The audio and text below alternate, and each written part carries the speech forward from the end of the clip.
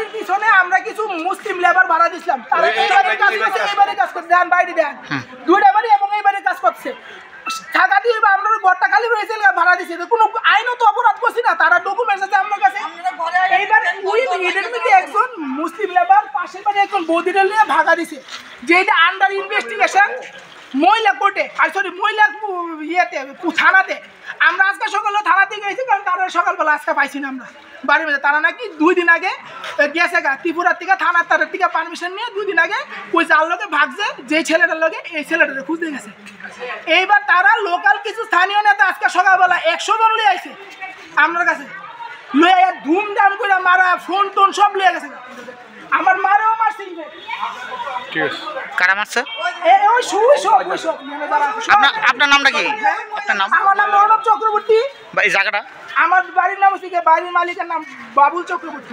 এই জায়গাটা কোন জায়গা? জায়গাটা জনগণ 4 নম্বর।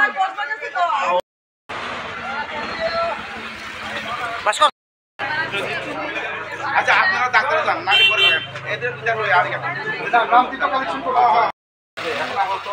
ওর নামে কত নাম করে আমরা কেন্দ্রে নিতে আমরা কিছু করতে না, আমি বাইরে সবাই নাম দেন না।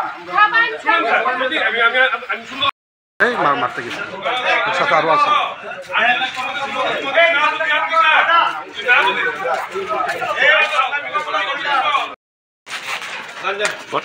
আমরা বড় গুলচক্রের ডিউটিতে আসলাম, এই মুহূর্তে আমার কাছে ফোন গেছে যে একটা বাড়িতে এই অনুসারে আমরা আসলাম।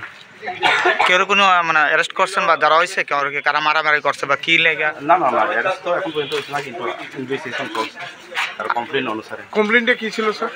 কমপ্লেনটা তো শুনছি আর ঘরে দিকে কিছু